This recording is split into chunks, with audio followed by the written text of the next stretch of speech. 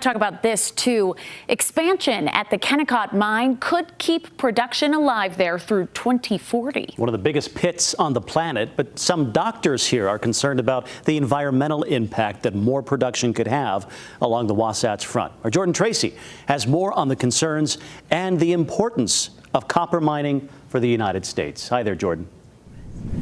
Hey, Brian and Sarah. The Kennecott Mine in the Bingham Canyon has been operating for 120 years. It's known as the largest man-made excavation as well as the deepest open pit mine on Earth. Now, this expansion by Rio Tinto not only looks to increase the production here, but also the life of the mine through 2040. But there are concerns about the mine's impacts on air quality and pollution. The Apex project not only looks to expand copper production at the Kennecott Mine by 1.5 million tons, but also the mine's lifespan from 2032 to now 2040.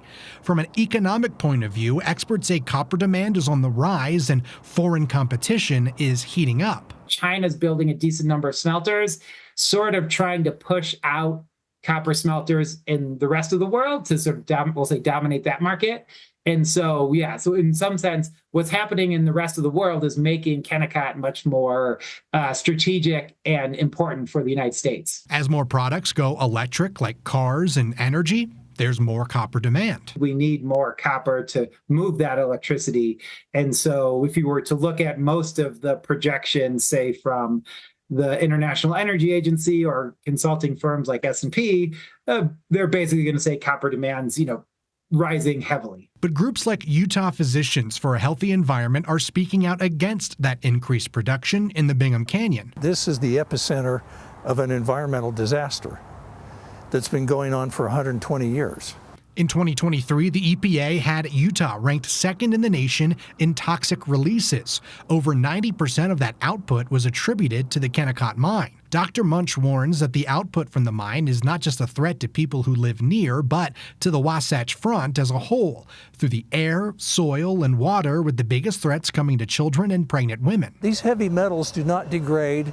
They're not combustible. They don't dissolve. They steadily build up in concentrations throughout the environment. So every year, the overall pollution burden to the community increases and accumulates. On Rio Tinto's website, it has a section dedicated to their environmental impact, saying in part that they work diligently to prevent, reduce, and remediate effects of their operations, adding that they strive to be a leader in environmental performance to reduce their footprint.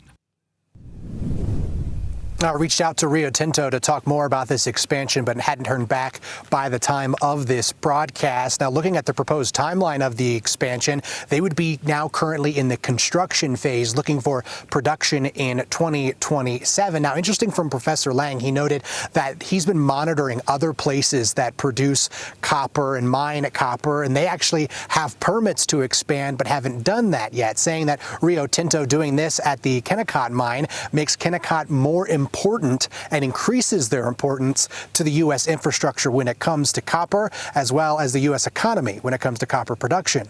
Reporting live in Copperton, Jordan Tracy, ABC4 News.